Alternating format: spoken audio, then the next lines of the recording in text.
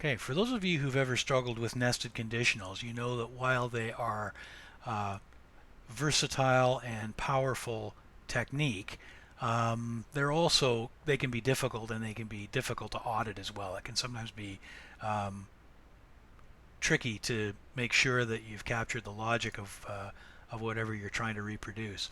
In this example, we've got a list of student test scores, and we want to convert those raw scores into a grade according to the scale over here on the right.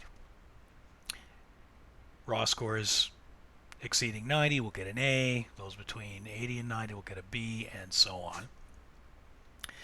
And what I did in order to evaluate this the old-fashioned way was I constructed a formula with nested conditionals. Now, if you're not familiar with this, I am going to post another video showing how these are constructed, because there's still applications for them.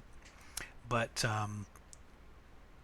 this new function IFS can get rid of them in a good number of cases. And as I say, transparency and auditability is the main reason for using IFS. It's easier to see what's going on. So the mechanics of this overall, the formula is looking at the score, deciding first of all if it meets the A criteria, and if not, throwing it over into a series of nested conditionals. Well, if it doesn't meet that, what about this? Well, if it does, then that. And if not, then it throws it to a remaining pair of conditionals.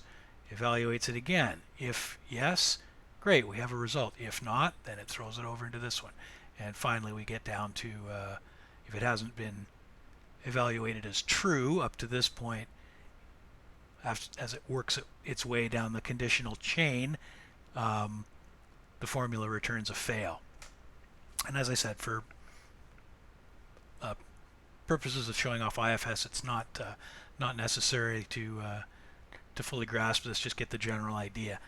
Net result is that using nested conditionals, we've always been able to pick out, say, convert a value into a letter grade or some such. Well, this is a lot more straightforward with the new IFS function. What this lets us do is simply give a truth condition and then give the corresponding value.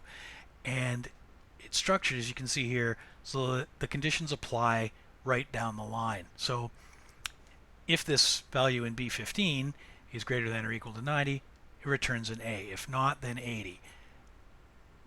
If not, then 70. If not, then 60. If not, then, and so on. So instead of doing a sort of full conditional evaluation, it's relying on the fact that, well, yeah, I want you to try on this one, then this one, then this one, then this one. And if it fails the truth condition, it passes along to the next one. Syntax is just way simpler than in the nested conditionals, even though it's really logically only accomplishing the same thing. So I could type or copy this formula down into the subsequent cells, and you can see that it returns the exact same values as my eye glazing nested conditional up above here. So and as I said, that is, kind of by inspection, a lot easier to audit than that, I would say.